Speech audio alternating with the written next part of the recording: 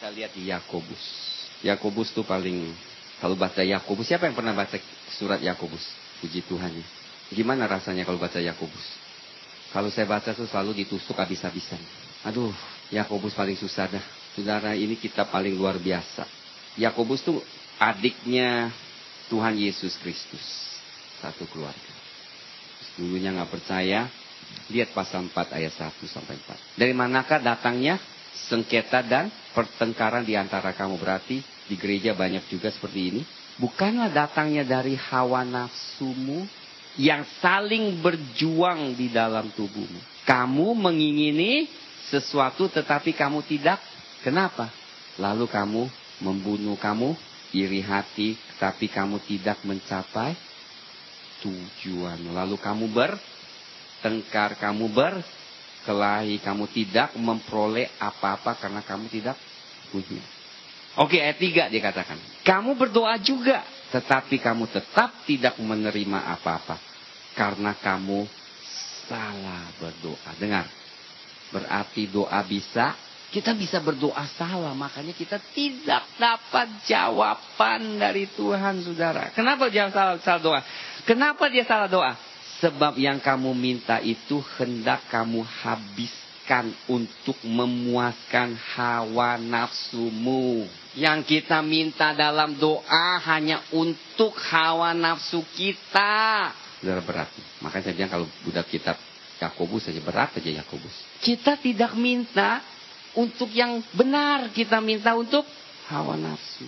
Ayat 4, hei kamu, orang-orang yang tidak setia, tidakkah kamu tahu bahwa sepersahabatan dengan dunia adalah permusuhan dengan Allah? Jadi barang siapa hendak menjadi sahabat dunia ini menjadikan dirinya musuh. Apa artinya? Untuk doa berkuasa, tanggalkan keduniawian. Kalau saudara mau melihat doa saudara berkuasa, duniawi harus tanggal. Kedagingan harus tanggal. Keinginan hawa nafsu harus tanggalkan. Jadi kita cek dulu nih kita doa. Apa sih gua doa? Untuk apa? Kebutuhan kita Tuhan mau memberkati. Amin saudara. Tetapi kalau berlebih-lebihan, kalau kita tidak habis, kita tidak pernah puas, Tuhan pasti tidak akan jawab. Otoritas kita terbatas. Bahkan kita tidak lihat doa kita itu dijawab tuh. Kita bisa mengaku dah 1000 tahun tetap tidak akan terjadi. Kalau motif dan tujuan kita hanya untuk memuaskan hawa nafsu. Dan kita lihat, janganlah kamu menyangka bahwa kitab suci tanpa alasan berkata roh yang ditempatkan Allah dalam diri kita diinginnya dengan cemburu. Tapi kasih karunia yang dia anugerahkannya kepada kita lebih besar daripada itu. Karena itu ia katakan, Allah menentang orang yang congkak tapi mengasihi orang yang rendah hati. Yom Kippur, hari perdamaian, adalah hari kita merendahkan hati dan melihat doa kita dijawab. Karena itu tunduklah kepada Allah dan maka ia akan lari padamu. Bukan kita melawan iblis dia bisa lari, tetapi pada saat kita tunduk terdahulu kepada Allah, kuasa itu baru mengalir di atas kita. Kemudian dengan kuasa otoritas karena kita tunduk, maka kita akan dapat menaklukkan iblis. Amin. Dengar, saya sampaikan ini bukan karena saya tidak pernah salah, justru saya salah besar. Saudara seringkali pikirkan kok saya firman keras karena saya kena. Saudara. Saya pernah doa seperti pengakuan ini lebih dari saudara. Saya mengakui ratusan ayat dan Tuhan tidak jawab. Saya mulai mempertanyakan, apa sih salah? Saya hafal begitu banyak. Saya mengakui Ulangan 28, mengakui Mazmur 23, mengakui Mazmur 91. Semualah berkat-berkat saya ngakui, saya ucapkan. Udah kayak ritual aja dah. Tiap kali kita ucap. Tetap aja susah. Tetap aja nggak ada terobosan. Mulai Tuhan tegur. Apa sih yang kau mau? Doa macam apa seperti itu? Karena kita hanya mau memuaskan hawa nafsu kita. Saudara, saya pernah nekat, saking susahnya. Tuhan katakan kan, minta apa aja, ya kan, asal tidak jemu-jemu aku akan berikan. Saudara, saya pernah begitu nafsu pingin sebuah mobil, saudara. Saya katakan saya mau doa sampai saya dapat.